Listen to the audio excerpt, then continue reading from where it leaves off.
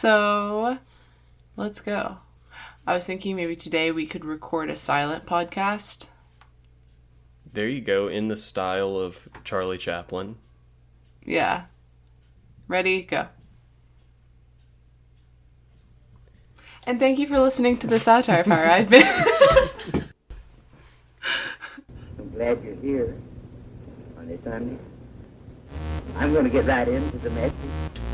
I'm going to tell it like it is, as they say. Oh, I heard a hallelujah. Did you think I don't know what the hell is going on? And a lot of strange places. Where in the hell have you been? Hell fire! Hell fire! Hell fire! All right. Okay, there's something else, too. Hi. Welcome to the Satire Fire. I'm Sydney. And I'm Samuel. And if you didn't gather from that little intro we did, today we're going to be talking about a silent film, and none other than Charlie Chaplin, The Kid. Very excited to talk about that. It's actually my first full silent film I've ever watched. I've seen like clips of silent films, but I don't think I've watched one all the way through until Interesting. This, so that's exciting. But yeah, if you're a little confused and you're like, I thought this was a podcast about books and this is your first episode, let me tell you. So, the past few weeks, past 3 episodes, we've been discussing Slapstick by Kurt Vonnegut, and that also has a secondary title, Lonesome No More, and we talked about it. We did an episode where we did a plot summary, and then we did author background, historical context episode, and then the 3rd episode we did is an analysis where we just kind of discuss the themes of the book. Is it relevant? Is it not? Do we like it? Do we not? And that is just how the structure of this podcast works. So we do that for every book. But on our 4th episode of a series, we always consume some type of satirical media that isn't a book. And usually that is related to the book we just read. I guess there's no rule. We make the rules, so that it has to be related in some way. But I think we've been trying to abide by making it somewhat related. And so that is why we're talking about a Charlie Chaplin film. Because as you know from the title, slapstick is a type of comedy. and Charlie Chaplin was the king of silent comedy, which in that era, comedy, because it's a silent film, was entirely slapstick. Like, if you had a gag, it had to be visual. Yeah. And spoiler, the themes of this movie are somewhat related to some of the themes in Slapstick, the book. Mm-hmm. So yeah, that's why we're here today. I'm very excited to talk about it. I didn't realize they were making movies so short back then, and I was really into it. I was like, wow, I can just an hour sit down. yeah 60 minutes turns out excellent length for a movie. Yeah, I don't know what filmmakers today are doing with these like 2-hour 45-minute movies. I'm like, this is a commitment. I get it if it is a story that needs that amount of length in order to be told.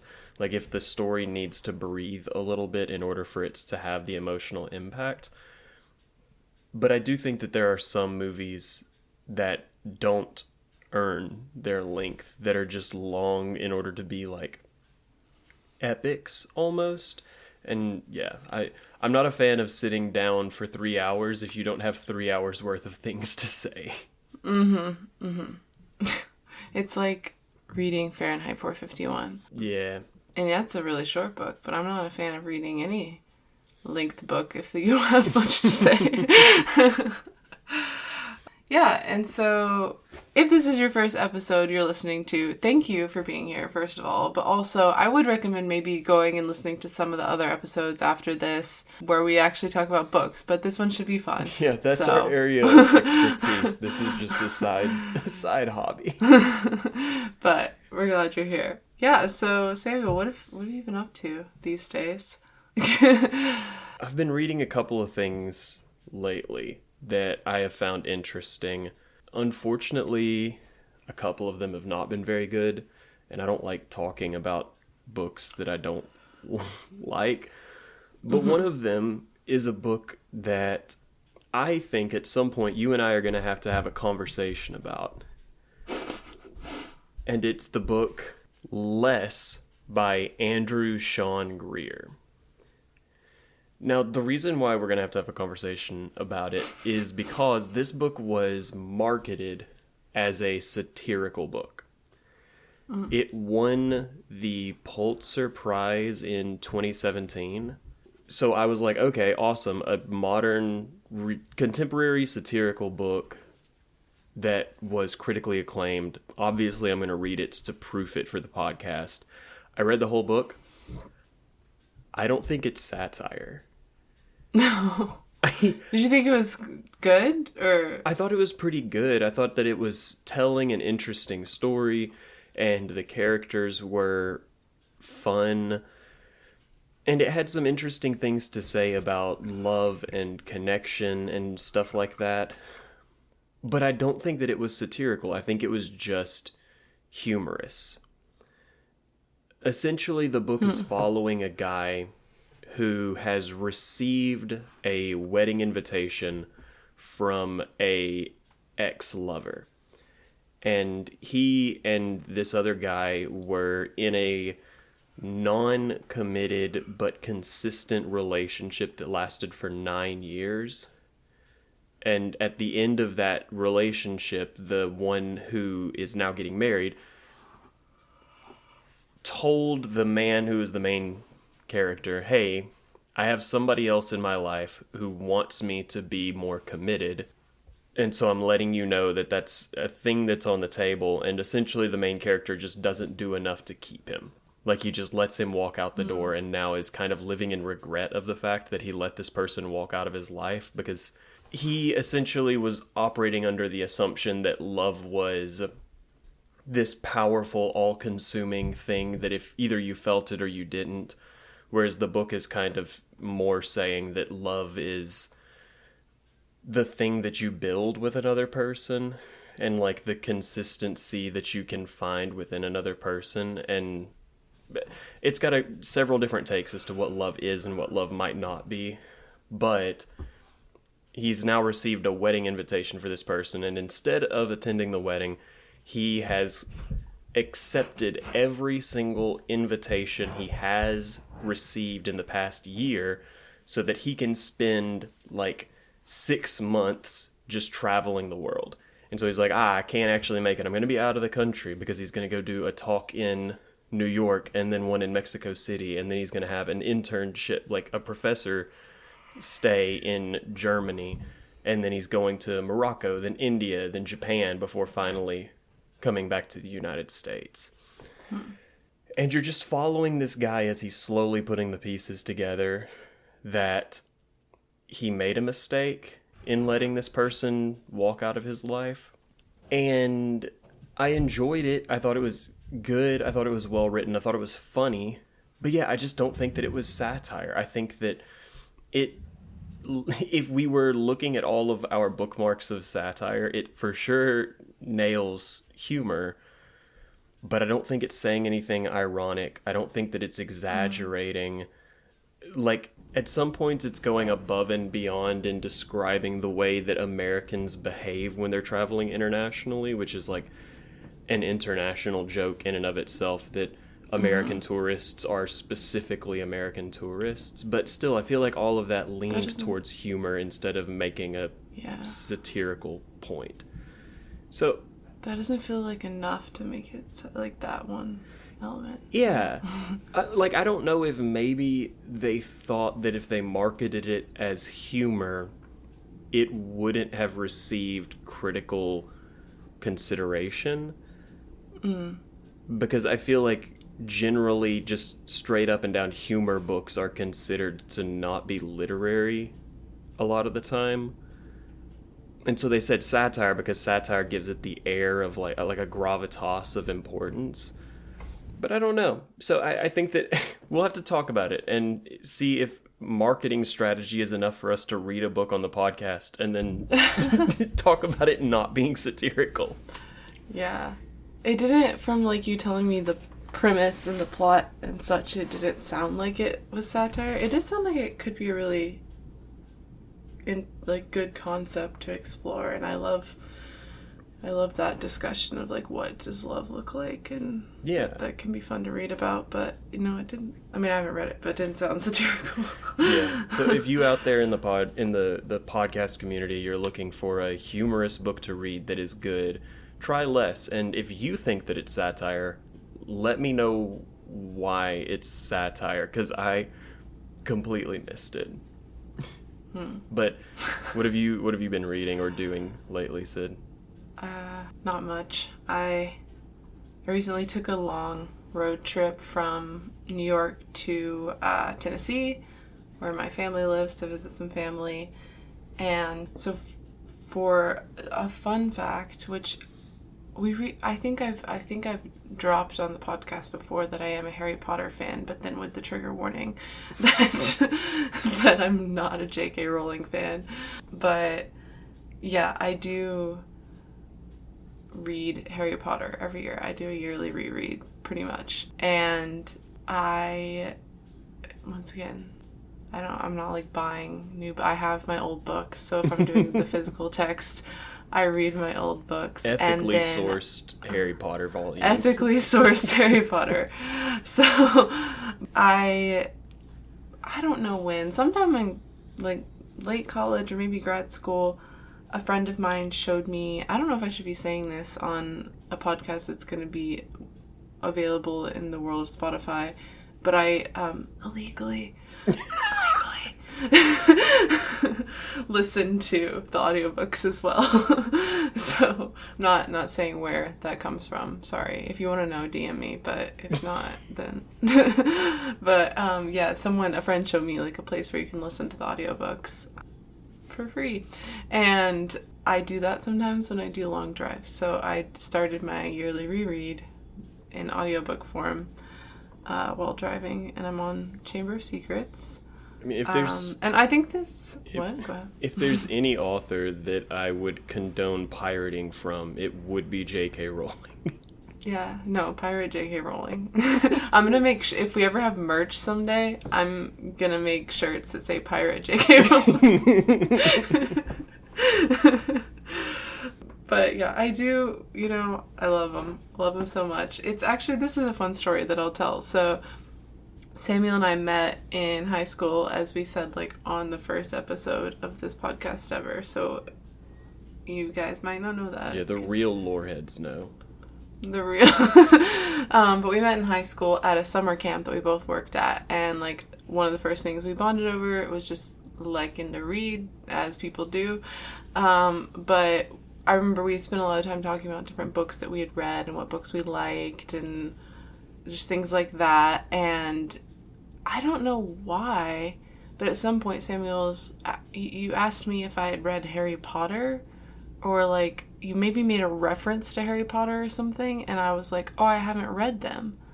And this was when I was like 15. I was 15. I think. No, I was 16. I have no idea. Anyways. And you were like, for someone who reads as much as you do, I can't believe you haven't read Harry Potter. And it's true. I didn't grow up reading them. Mm-hmm. I started to read one of them at one point, and I can't remember, like, maybe I was just too young for it. Like, it was probably like second grade or something, and I didn't ever get into it. And then by the time I got around the age that it's like, oh yeah, Harry Potter is the thing you'll start reading, there was this kid in my grade who watched all the movies and took all the AR tests, and I hope listeners out there that know what AR is. But AR was this like competitive way to encourage kids to read. It's like, let's get kids to read by making them compete against each other.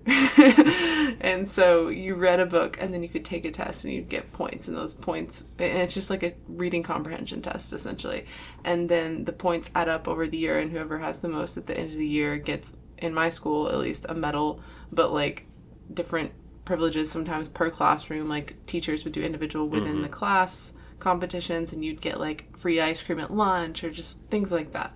And I was so competitive about these points. Like I was like, I'm gonna win every year. I'm going to be the most well-read 7-year-old you've ever met. Like, it was crazy. And Porter Thomas, if you're out there, he read... He didn't even read them. He watched all the movies. He was bragging about it. He watched the movies. He took the AR tests, and he soared ahead of me in the competition because those books were worth a lot of AR points, and it made me so mad. And I was like, this is cheating. I don't condone this. And I was like, I'm never reading those books. And you know what? I'm going to beat him anyways and not read those books. And it was like a really weird, like I don't know, 10-year-old vendetta to have, but it was there. And then I kind of just like, I obviously got over it, but I just didn't think to read them again, honestly. Like, I didn't think I'd be into them. I don't know what it was. I just didn't, I wasn't immersed enough in a group of people who loved Harry Potter to be like, oh, I should read these, until I met Samuel. And then he said, there's this transphobic author that... Yeah. I can't believe that I'm the cause. I can't remember this. Yeah. I'm blown away that this was my doing. No, it was your doing, yeah. And I valued your book opinions, and so I was like, you know what, you're right. I should read those. And now I will say at this point it was like 2015 or something. Yeah, earlier, like 2014 probably. I don't know. And so she had not yet come forward. I mean, that doesn't mean that J.K. Rowling wasn't also a bad person then, but she had not yet made that vocally clear. She wasn't on Twitter. So Samuel wasn't like, you know, it was in good faith that this happened. But, yeah, and so I asked for them for Christmas, and I read them all in like 2 weeks, and I made it my entire personality. It was crazy. I, like, got so obsessed. And look, they're good books. I love them. I do. But I have a confession. What?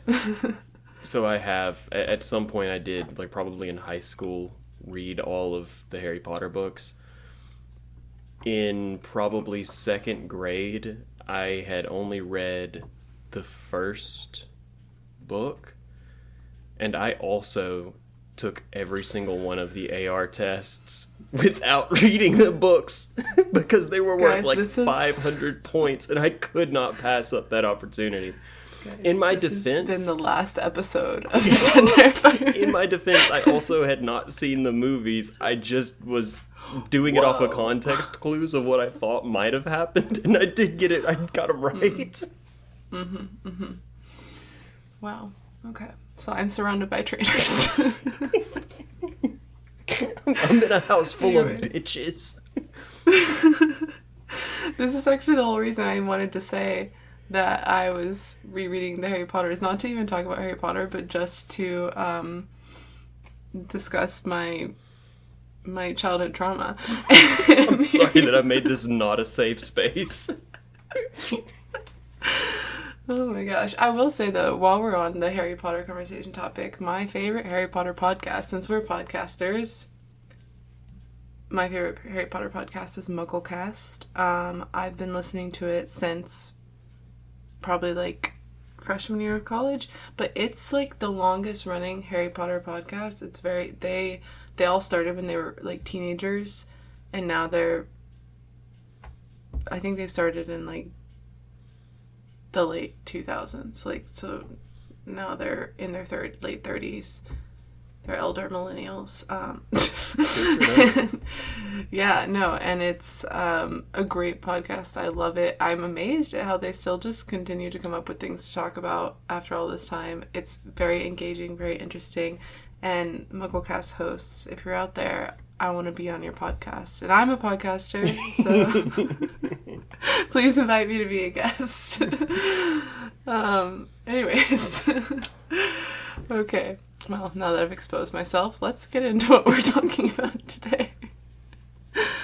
So, like I said, we're talking about The Kid by Charlie Chaplin. Yeah. He directs, produces, stars in. He wrote it. He also did all the music for it. He wrote it. That's crazy. Did he do that with all his movies? I don't know if he did the music for all of his movies, but I'm fairly certain that he wrote and directed and produced them all. That's cool. Yeah, so this film, I've said this before when we've talked about movies, but I'm really going to say it again today because I'm leading this episode. I'm not like a movie person, so Samuel's my assistant today and help me not sound stupid. But, and like I said, this is my first silent film, so that was cool. But yeah, so the kid is, it was like just about an hour. It was like 58 minutes or something. It was a very short movie, and it was first released in January of 1921. So this movie is over 100 years old, and that's really cool, I think. Yeah. It's cool to me to think about how they've been making movies for over 100 years. Yeah. And I think it's cool that you can watch a movie from 100 years ago and it hold up as well as it does. This is something that I've talked with my friends about before, of the way in which silent movies made movies have more longevity. Where, like, I think that you get into some of the early talkies and they're not very good because people spoke with a different dialect. There were different themes and stuff going on. But when you just have to pare it down to, here are images that are good to look at, and the only text and story that you get are like a couple of title cards, I can watch most of those movies today and be like, oh yeah, I know exactly what's going on. It's funny. It's quick-witted. Like, it's really cool. Yeah. So I think I'm just going to do a quick summary of the plot of this movie. And one thing I liked about it, and like we're keeping in mind this is, I would say this is like loosely satirical, but I liked that this reminded me a lot of like the vibes of Slapstick, the book. After the opening credits, it said, "A picture with a smile and perhaps a tear." There was like a title page, and I was like, oh, that's kind of what Kurt Vonnegut's going for. So that was cool. The movie opens and there's a woman whose only sin is motherhood. And she, says that on the screen, but she has had a baby and she is alone and she has no money, maybe not even somewhere to live, not really sure. But she essentially has no means whatsoever to take care of this child. She's sent out of the hospital with no resources, and she seemingly does not have a husband or partner, anyone to help her take care of this baby. We do see a clip of the father of this child, and he is a painter or an artist of some sort, and he is looking at a picture of her, remembering her, but then deciding that that's not important, and her picture falls into a fire, and essentially we're just seeing that he's out of the picture.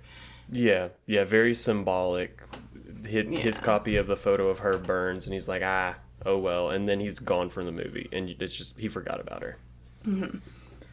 So yeah, she's carrying this baby around, and she's also, maybe grieving the loss of this man, I'm not sure, but she's just sad, lonely, and she's like, I can't be a mother to this kid.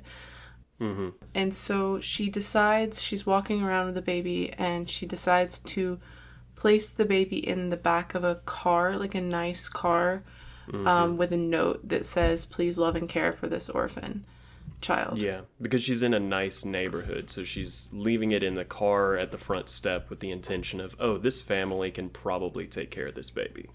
And then the two men who own the car get out of, no, they steal the car. Oh, okay. Two men steal the car.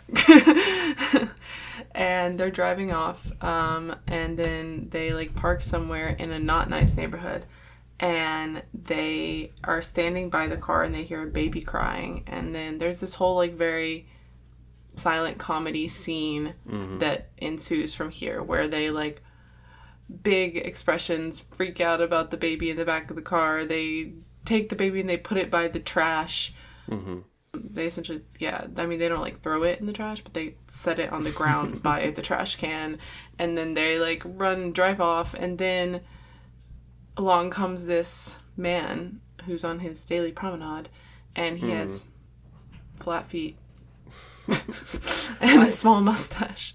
I love how within 3 seconds of Charlie Chaplin being on the screen, you can instantly recognize, every single animated penguin that's ever been set to film has been drawn to walk like Charlie Chaplin. Like, all of them are mimicking Charlie Chaplin. Yeah. And he plays the same, like, the tramp character, right? In all his films? Not all or of in them. most, in a lot of them? In The Great Dictator, he plays Hitler, so... Oh. Well, he's like this... He's this poor, not homeless man, but, like, homeless adjacent. Yeah, like living in slums. Slums, like, and it's on, and, like, kind of group homes, but he has his own, like, space, but there's multiple people living in this building, and it's, yeah. He's living in poverty, and his clothes are torn, and he walks funny like a penguin, and he's just strolling along, and his actions and his movement are so comical, and, like, mannerisms, and it's all so exaggerated. It reminds me a little bit of speech and drama. I did speech and drama in high school, and, like, when you're doing a humorous interpretation piece, it, like, reminds me of how they teach you to move your body for those. But he's walking, he sees this baby, and he's like, what? We gotta do something about this baby.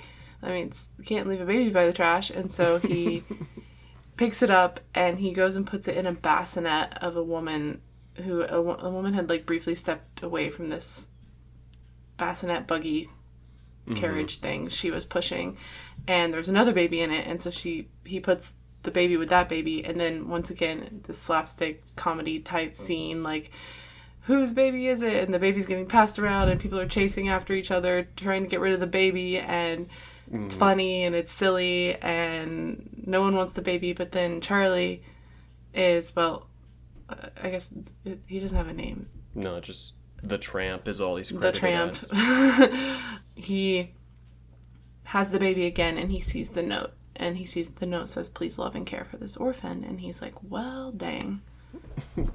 Guess I gotta got do it now. And so then we cut to 5 years later. And this kid's 5.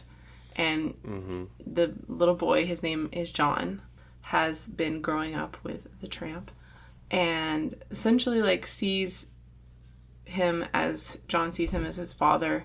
Yeah. And they've developed this really sweet relationship. They love and depend on each other. And they also, we see, like, are always trying to find ways to make or save money. And so, like, when they're cooking... running scams.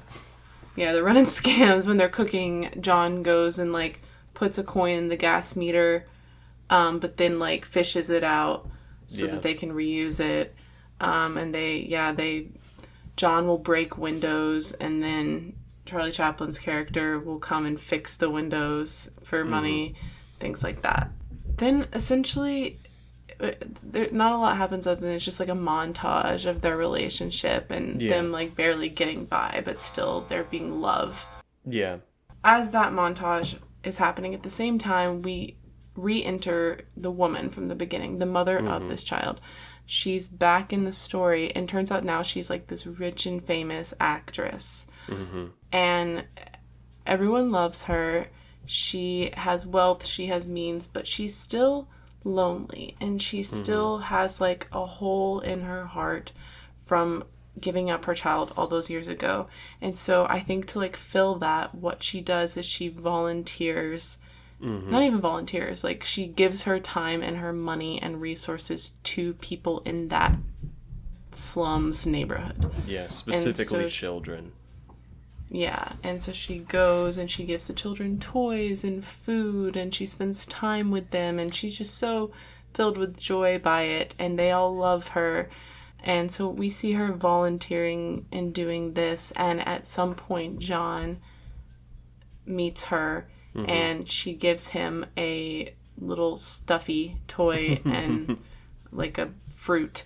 Yeah, it's like it looks like a ball, like a toy ball, but the ball is shaped like a peach. That's how I interpret. Yeah. Like that's what I think. I thought it was an actual peach, but yeah, maybe it's a. I mean, maybe it was supposed to be an actual peach, but it for sure looks like a prop peach. Well, 1920s. But yeah, and so he loves this little stuffy. He has, I mean, obviously the kid has no idea that that's his mom. He's just like happy to have a toy.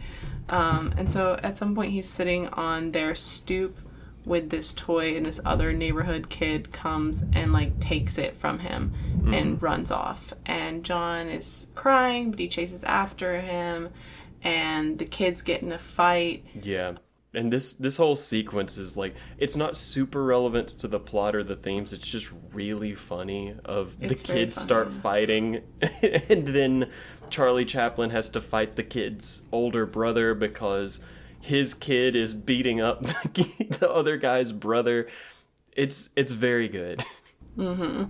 And it's very funny, like it keeps being like the other older brother tries to hit Charlie Chaplin's character and he'll like duck at just the right time, but then like come back swinging and hit the other guy with a brick. Like it's just so funny. Like it's that like perfectly timed comedy that I think Kurt Vonnegut was talking about at the beginning in the prologue of his book. So while all this is happening, the woman comes to, spend time with the kids like she does, and she sees the fight happening and she kind of breaks it up and she's like, stop it.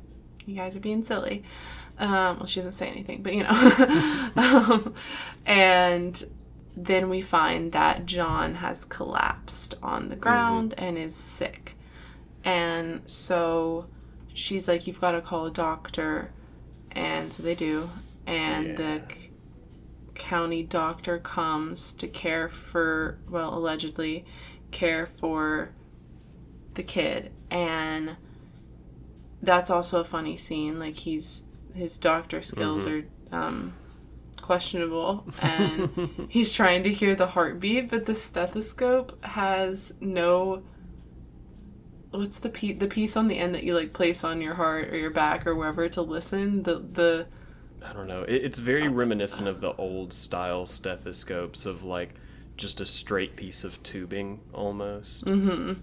Yeah, and he, like, is trying to hear the heartbeat, and he can't, and then, like, he's holding up the tube, and then Charlie Chaplin's character yells into it, and, like, anyways. But the kid's sick, but he's gonna get better, but the bigger problem, the doctor says, is, like, this kid needs to be properly cared for, and you're not doing that because you're a tramp. Yeah. And you don't have any money, and he's not eating well, and he's not getting all the things a kid needs. And so he does, what do you do for a kid who needs more resources? You send him to an orphanage. And so he comes back with I don't know, it's almost like a warden, but it's like an orphanage. I don't know what the role would be called at that point in time, but today it would just be Child Protective Services. Like this is he's brought CPS. Yeah, but it's a guy from a local orphanage who's coming to take John away. And Charlie's character is very upset, and he's trying to show them, like, no, this is my kid. I've raised him for 5 years. You can't take him away from me. And he, in all of this, like, madness, pulls out the note that he had found with the baby, and he's like, look, I didn't take this kid. Like, I have this note that says, please love and care for this orphan. He's an orphan. I took him in. I'm caring for him. Like, you can't take him from me. They take the note from him. The police officer gets involved because, Charlie's getting violent. The kid's getting violent. It's actually, like, simultaneously a really funny, but also, like, very heart-wrenching scene. Like, because there's all this, like, fighting and, like, comedy type fighting, but it's also, like, really sad. A smile and possibly a tear. Yeah. And they end up being able to kind of, like, rip the kid out of Charlie's arms and throw him in the back of a truck very aggressively. Yeah. And they're driving off, and Charlie climbs up on the roof and is like running across the roofs of all these houses to try to catch up with the truck. The police officer is chasing him.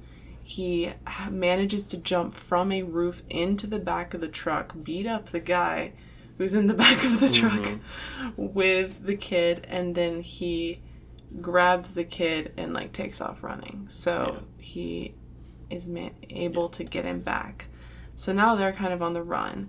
Meanwhile, the police officer goes back to the station and has this note, and the CPS guy, I don't know, all the people are supposed to kind of like convoluted who's doing what, but like, anyways, he has this note, and the woman who is the mother of the child technically comes to check on the kid because she knows he was sick, and so she comes to check on him and see like what's going on. And when she does, the police officer meets up with her and is like, oh, they took the kid away, you know, this is why, and hands her the note. Yes. And that's crazy because dun dun dun, she realizes it's her note. Whoa, this is her kid. She wants him back. Anyways, and so they put out a warrant essentially for the kid, not the kid's arrest, but like a reward. Whoever can bring me this kid, no questions asked, $5,000. Which I imagine is a lot of money at the time. Crazy amount of money. For like inflation reasons, today it would be just under $90,000. Wow. Yeah. So the price of the price of a lightly used mid-tier sedan. And so Charlie and John, they stay in kind of like a what are those called? Like a hostel? Hostel, yeah. They stay in a hostel and they're sleeping at this hostel, and the man who runs it is reading the newspaper and sees the ad for bring me this 5-year-old kid with this, he should be seen with a man with flat feet and a very small mustache. And they're like, if you bring the kid, you get this reward. And so he's kind of like, whoa, wait, I think that's the kid. And so he picks up the kid while he's sleeping and leaves to head to the police station and bring the kid in. And he brings John in, kicking and screaming. John's still like, give me back to my dad. And then, you know, the tramp wakes up. He's confused. He's freaking out. He's looking for his kid. He can't find him. He's running around. He eventually goes back to his home and falls asleep on the stoop, and then has this really weird dream that I don't understand. I think that this is part of the satire of the movie, where this is kind of more of Charlie Chaplin showing his hand of like what we need more of, because it's essentially taking place in this fantasy heaven where everything is perfect, but evil creeps into the town and it corrupts it, and things start devolving into like fist fights and things like that. And I think that it is advocating for that like common human decency of like, if we were all good to each other, then things would be perfect, but instead we have to be jealous and we have to cheat on our partners and stuff like that. Yeah, I also liked, you know, that it felt like to me that this whole movie was silly, but then silly like became touching. And then we ended with this dream, which was a little confusing, but what I did like about the dream is it did feel very like all the people are just bargaining in good faith with their destiny, which is what Kurt Vonnegut said that he thought was important in life. So yeah, and then he wakes up from the dream. The police officer's waking him up and brings him to the house of the woman who is the mother to John. And it's kind of unclear if like what's gonna happen. Like it ends with him just like walking into the home. So I mean, my interpretation was like she's gonna keep the kid, but he'll still have like a part in the kid's life. But I don't know, really. Yeah, it's left up to interpretation, but it is intended to be seen as a happy ending, essentially. Yeah. Which I guess we could argue, like, that would be net positive for the kid to live with more resources, but still have the person he loves in his life. I don't know, but that's the movie. Yeah. I think that this has got a lot to say about family, obviously, and the importance of family and connections. I think that it's coming at the same themes as Slapstick from a different angle of, I think I interpret this as a satire on Child Protective Services. Like, I think that this is being very critical of those systems and pointing out that while the intention of those systems is good, and the intentions of, I would say, many of the people that participate in those systems or work for those systems are good, the outcomes can often be negative. And I think particularly when you start factoring in the ways in which those outcomes are biased in certain directions, it becomes more of a negative thing, where it's like you're more likely to have a kid taken away if you are a poor family, and you're more likely still if you're a family of color. And so the ways in which some of these systems have been almost weaponized against certain groups of people in a similar way to prison, which we've talked about before, or I talked about with Chain Gang All-Stars. I just think that it's trying to call attention to the intention can be good and the outcome can still be bad. I think that it's really interesting that, you know, this was over 100 years ago, and obviously the way that Child Protective Services was managed then has changed. Yeah. No longer do you violently rip kids and throw them in orphanages without any further questions. You know, I mean, Well, that they still does. They still get put in orphanages, but more often than not, they try to find them foster families, but that also still gets... Yeah. There's tons of terrible foster situations. So, yeah, but things have changed somewhat, but in the same way, like, they haven't. Yeah. And that's what I noticed about it, is this was a situation, and, like, clearly, you know, the kid he had food, and he had clothes, and he had a roof over his head. Were any of those things, like, the quality with which we would hope every single child has? No. He didn't have multiple changes of clothes. He didn't have a sturdy roof over his head. He didn't have nutritious food. But I had all those things. And he also was living a life of crime, technically.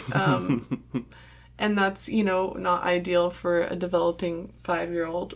But what he did have was an abundance of love and support.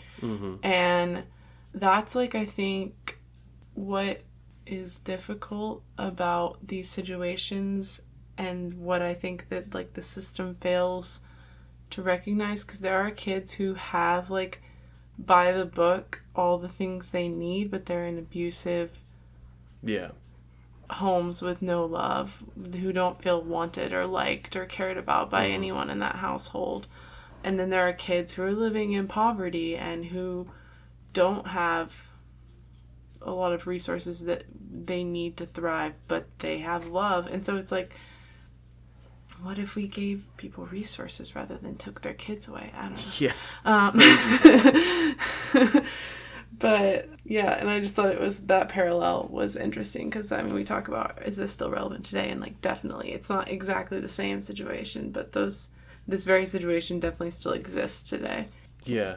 The system that we have today echoes that system of the past in the same way that prisons today echo slavery to some extent. Like, while what is happening today is not 100% equivalent to something like residential schools for indigenous kids, it still bears the same fingerprints of it, where certain groups that are in certain populations have a significantly higher chance of going through an incredibly traumatic experience that could have been resolved maybe through better access to resources, better access to medical care, just cold hard cash potentially. And I mean, I don't want to imply that every single kid who's living in a situation, living in poverty, or like living in a homeless shelter with a parent or a guardian is living with love. Like, that's not true either. Like, there's definitely bad situations across socioeconomic classes.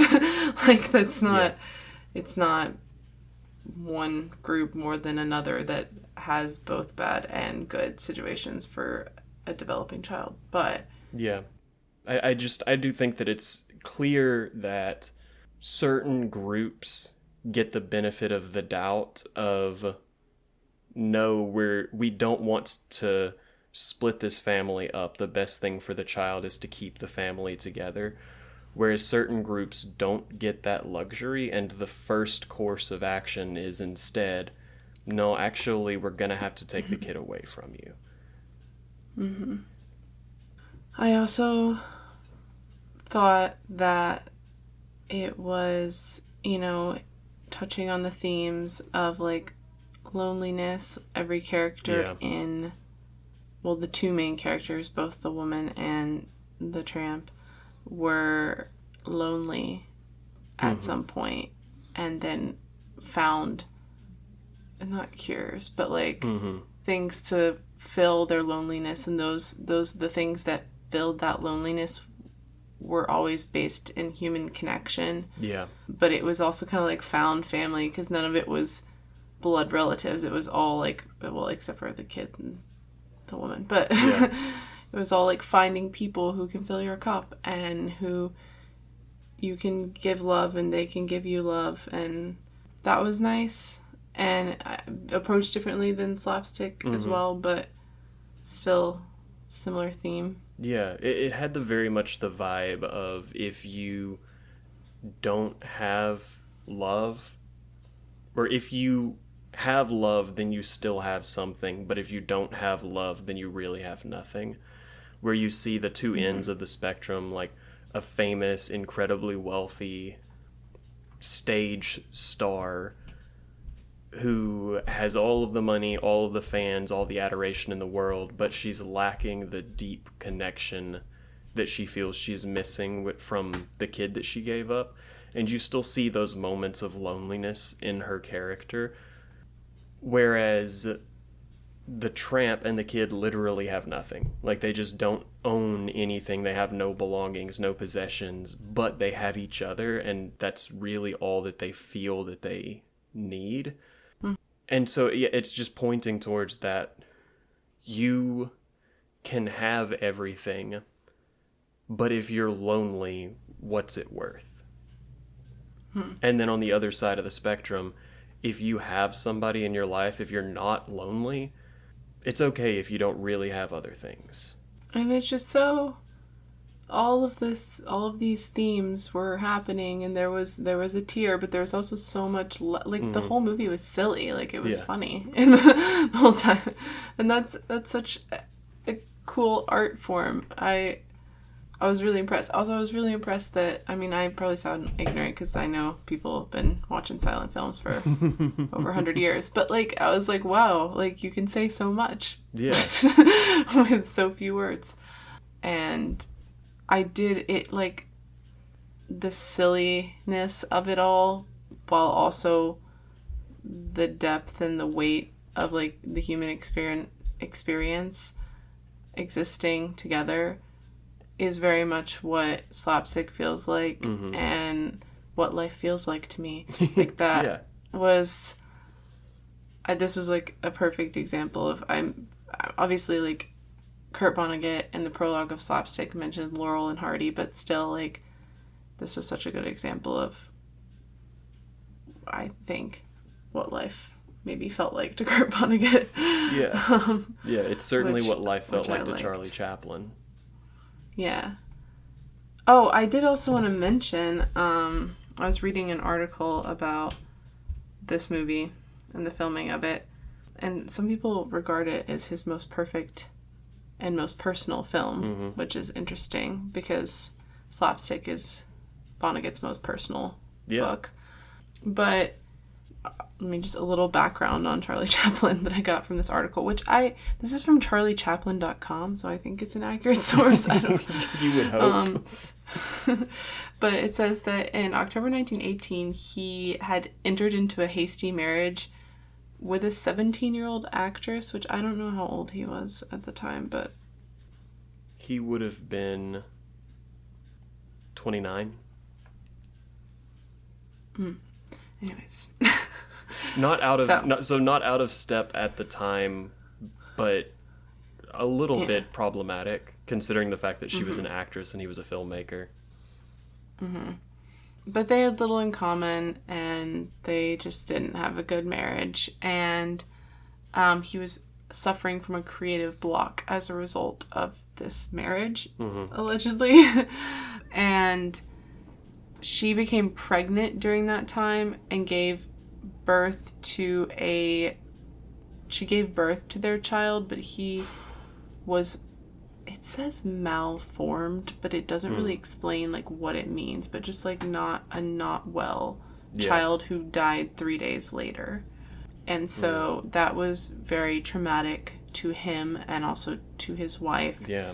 And 10 days after his child was buried, he had like come up with this idea to do this story in which the tramp would become a father to an abandoned child. And so it's kind of inspired by his own personal trauma. Yeah. And then also it mentions that, so it like goes through how he like found the kid for the movie and like his excitement about the project. And also it says that the scene where the tramp is fighting to keep the kid is unquestionably inspired by memories of Chaplin's own childhood heartbreak at being taken from his mother at 7 years old and being placed in a home for destitute children. So not only did Chaplin lose a kid, but he also was an orphan who was taken from his mother. Yeah. And so well, I mean, not even necessarily an orphan. He was forced into orphanhood by the state. And so that was really interesting. So this was similarly to Slapstick, like loosely autobiographical and personal, which made it very emotionally potent. So interesting information. I liked it. Do you want to go through the bookmarks of satire? Sure. So let's see. We do this thing, if this is your first episode, where for every book we read and also for pieces of media that we consume, we go through 5 indicators of satire and we see how many points it gets. How satirical is this book and or movie or song or whatever we're talking about. And so the first one is humor, and definitely 100% humor. And then we have exaggeration, and I think and then irony, which maybe I don't know. Maybe, it's tough to say. I'm going to say probably not. I think it's tough to have irony in a silent movie. And then we have ridicule, which I would say it made fun of certain things. I don't know if that's considered. I don't know. I think maybe... Like, the only thing that I can think of for ridicule is its take on the CPS individuals and the police response to that and stuff like that. But that felt less ridiculing and just more exaggeration and critiquing. Like, I felt when I was watching it, not that Charlie Chaplin wanted you to laugh at these people, but that he wanted you to hate them. Like he does not like these people, and he doesn't want you to like them. It's not about laughing at them. It's about thinking they're bad people. So I would say not really ridiculing, but definitely critiquing. Mm-hmm. Just the last one. So that gives us 3 of 5. Yeah. So that's pretty good. Absolutely. Better than... I can't remember which book it was. There was a book we read that only got 2. Or like 2.5. But yeah, so I wanted to... Oh, let's talk about our own reviews of the movie. Okay. Before we play a little game. Because I want to do a different game. So what did you think? How would you... I think that this is like a 3.5 star movie for me. 3.5 to 4 stars. I think that while the dreamland sequence is important to understanding Charlie Chaplin's take on the situation, I don't think that it's as important as he makes it seem like it should be. And so it's kind of just like a weird interlude in the middle of the movie that I didn't love as much as the rest of the movie. And so I feel like there's some other scenes that could have been there, or there's some other ways that you could have shown the same thing possibly. I don't really know. I'm not a filmmaker, so I'm not going to critique the greatest auteur of the 1920s on the craft, but that particular part just doesn't really land for me, so that's why it's not any higher. I felt similarly about that part. I was kind of confused. I mean, I got that it was trying to like make a statement about what life could be, mm-hmm. but I was like, I don't know, that like it was a little I don't know what the word I'm looking for is. It just did not have the impact that I think he was hoping, for me at least. So yeah, I also didn't love that part, and the ending was like kind of shallow to me as well. I was like, oh, what? Like happily ever after, I guess.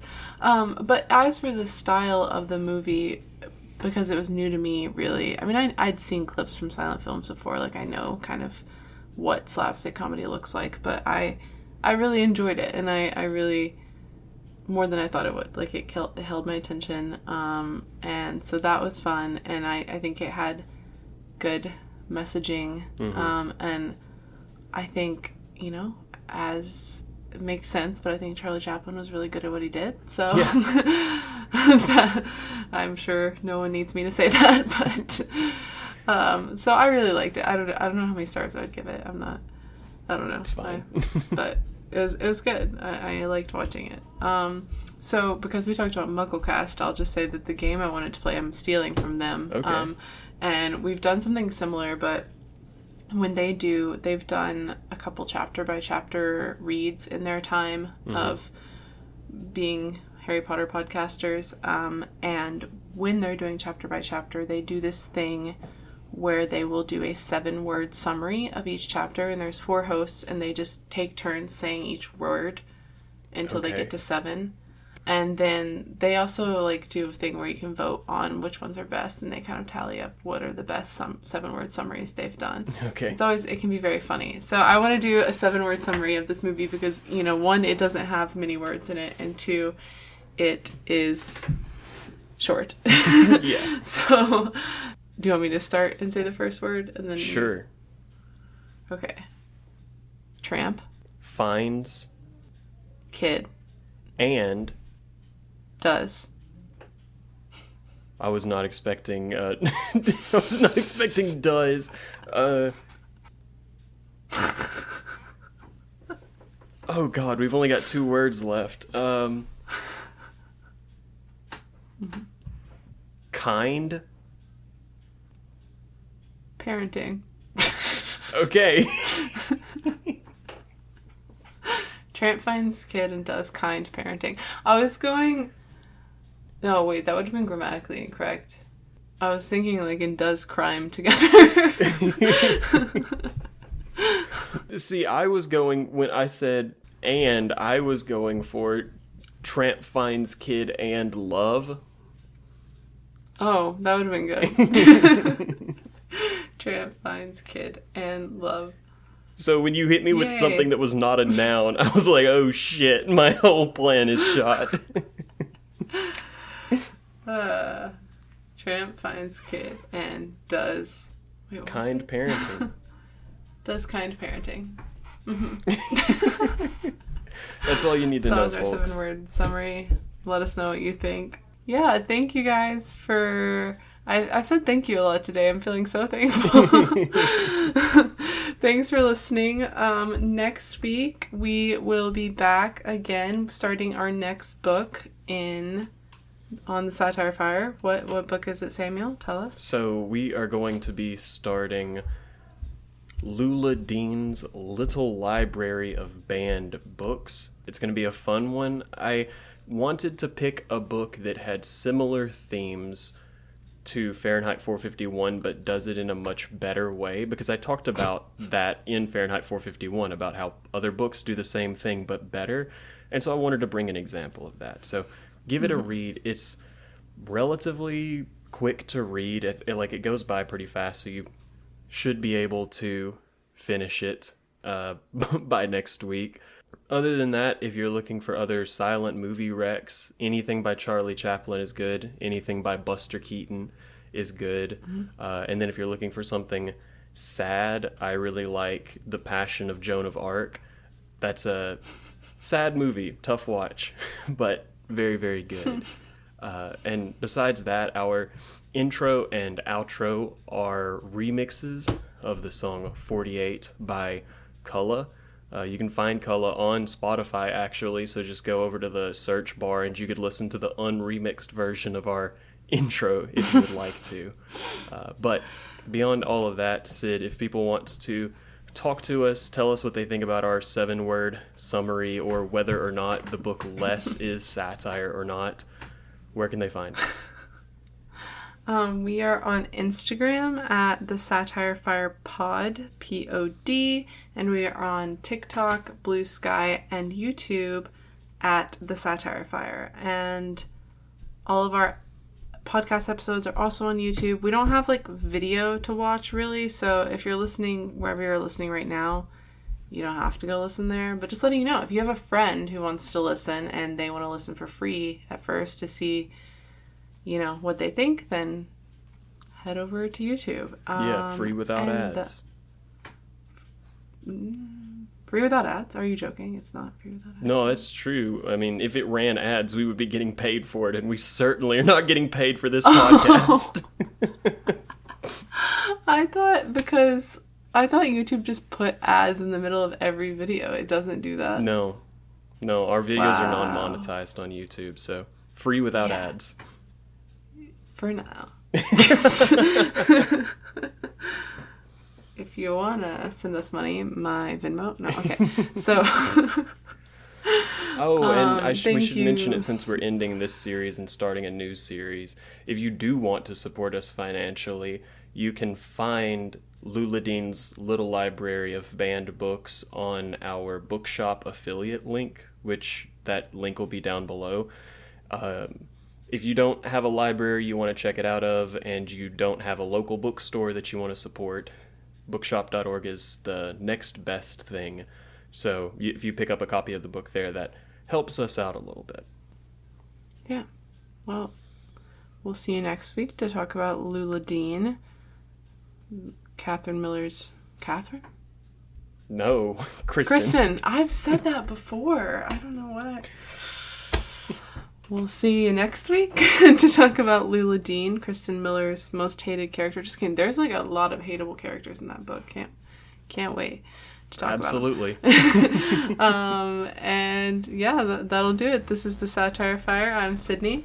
And I'm Samuel. Bye. Bye.